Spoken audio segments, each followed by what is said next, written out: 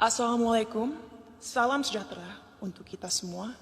Om Swastiastu, Namo Buddhaya, salam kebajikan. Yang terhormat Pak Yakut Holil Kuomas, Menteri Agama Republik Indonesia. Yang terhormat Pak Nadiem Makarim, Menteri Pendidikan, Kebudayaan, Riset, dan Teknologi Republik Indonesia.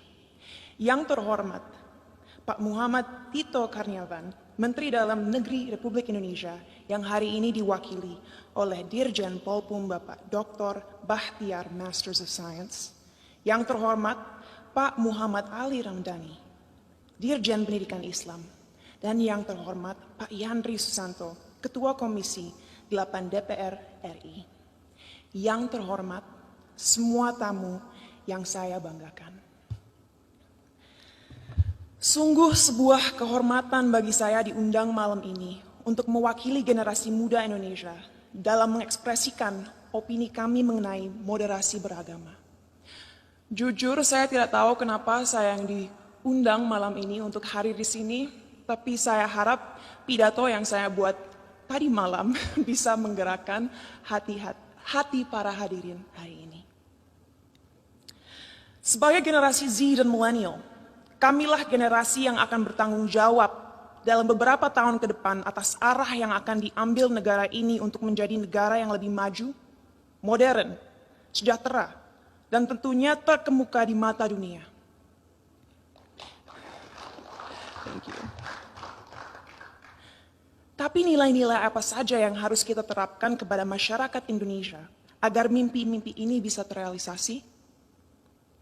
Pada saat ini, kita dalam situasi sulit, di mana adanya polarisasi dalam opini masyarakat.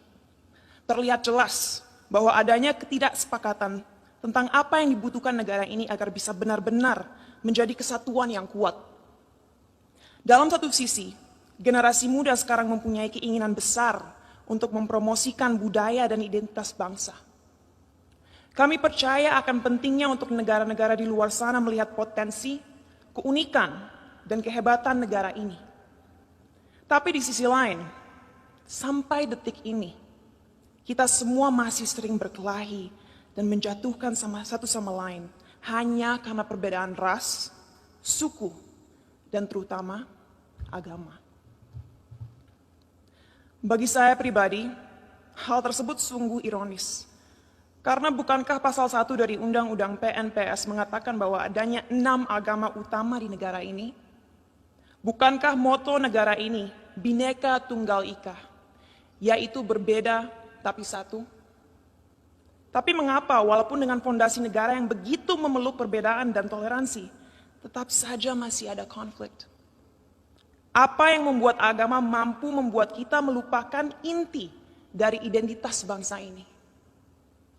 Sebagai lulusan psikologi dan sastra Jerman, saya dari dulu memiliki kuriositas terhadap cara berpikir manusia. Oleh karena itu, pengetahuan tersebut saya perdalam dengan mempelajari filosofi.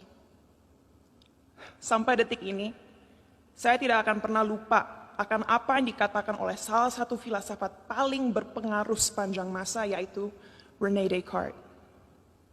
Ia mengatakan, manusia adalah makhluk yang finite atau terbatas, sedangkan Tuhan adalah sosok yang infinite atau tidak terbatas. Oleh karena itu, bagaimana kita sebagai makhluk yang terbatas merasa mempunyai kemampuan untuk mengerti sesuatu yang jauh di luar kapasitas kita? Bagaimana kita sebagai makhluk yang terbatas bisa memahami esensi dari sesuatu yang tidak terbatas? Inilah salah satu akar dari masalah yang kita miliki dalam masyarakat Indonesia sekarang. Karena pemahaman yang terbatas dan pemikiran yang tidak kritis, orang-orang terjebak dalam cara berpikir di mana mereka telah memanusiakan Tuhan. Merasa memiliki hak dalam mendikte kemauan Tuhan, merasa tahu pikiran Tuhan, dan merasa berhak bertindak atas nama Tuhan. Inilah yang akhirnya seringkali berubah menjadi sifat radikal. Dalam perbincangan saya beberapa waktu lalu dengan Habib Hussein Jafar, kami berdua sepakat bahwa bahaya yang masyarakat kita alami sekarang adalah mengatasnamakan Tuhan untuk kepentingan pribadi. Menyesatkan generasi penerus bangsa dengan prinsip hidup yang sebenarnya tidak ada dalam Holy Scriptures atau kitab suci agama. Kenapa bisa seperti itu? Karena kita kurang membimbing dan memberikan masyarakat tools yang dibutuhkan agar bisa memahami sebuah ajaran dengan akal kritis. Sehingga mereka menjadi tersesat dalam cara berpikir mereka dan lupa akan pentingnya menyeimbangi segala ilmu yang dipelajari dan dimiliki dengan nilai-nilai yang ada dalam budaya, sains, ataupun aliran pemikiran lainnya. Saat saya masih bersekolah dulu, saya ingat sekali diharuskan untuk membaca kitab suci berbagai agama dari segi literatur dan juga filosofi. Sehingga saya diberikan kesempatan untuk bisa memahami keindahan setiap agama dan sadar bahwa pada akhirnya fungsi terbesar agama adalah satu, yaitu untuk membimbing kompas moral manusia, untuk mengingatkan manusia bahwa kita harus memperlakukan satu sama lain dengan hormat, bahwa kita harus bersyukur dan bahwa kita semua harus sadar bahwa waktu kita di dunia ini hanyalah singkat dan terbatas. Oleh karena itu, ingatlah untuk selalu menjadi seseorang yang rendah hati dan siap membantu satu sama lain. Jadi, apa yang harus dilakukan ke depannya agar bisa melawan segala kebohongan yang ada? Apa yang kita bisa lakukan untuk memberdayakan rakyat bangsa ini? Saya rasa jawabannya cukup jelas.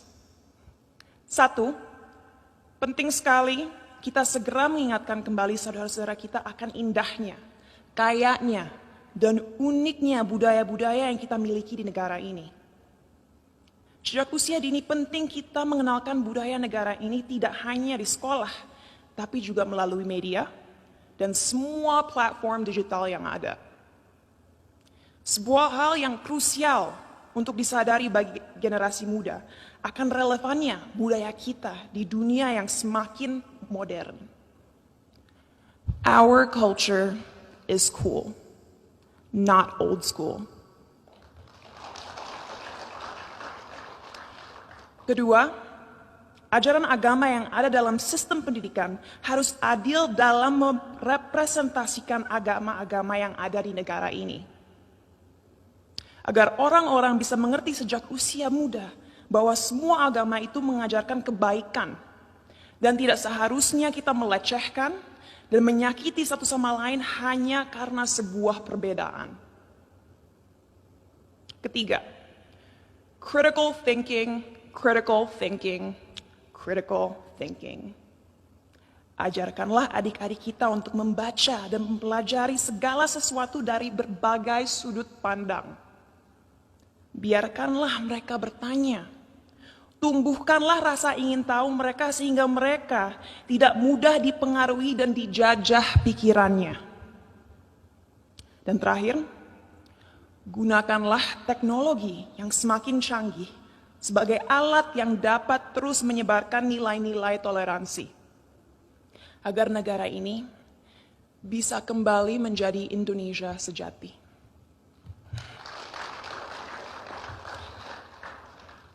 Sebagai penutup, saya ingin membacakan quote berikut.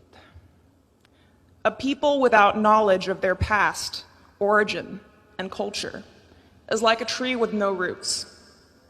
Tanpa fondasi yang kuat, tidak akan ada bangsa yang bisa bertahan. Oleh karena itu, ayo kita bersama-sama menjelmakan lambang Garuda dimanapun kita berada. Mari kita taat dalam beragama agar menjadi manusia yang bermoral, tapi mari kita juga merangkul budaya Indonesia untuk membimbing identitas bangsa. Terima kasih.